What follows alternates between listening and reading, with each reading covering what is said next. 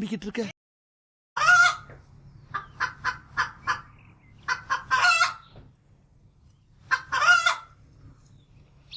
ஐயோ, இங்க படுத்துற நிமிஷம்னால தாங்க முடியலையே.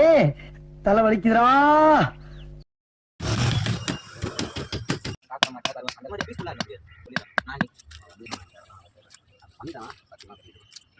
எங்க பேசிக்கிட்ட பார்த்தாவே உனக்கு தெரிய வேணாமா அவங்க தருவாங்களா தரமாட்டாங்களான்னு? இன்னும் பச்சை பிள்ளையா இருக்கேடா. நாம் யாருக்கு என்ன தீங்கு செய்தோம்? நமக்கு மட்டும் ஏன் இப்படி எல்லாம் நடக்கிறது?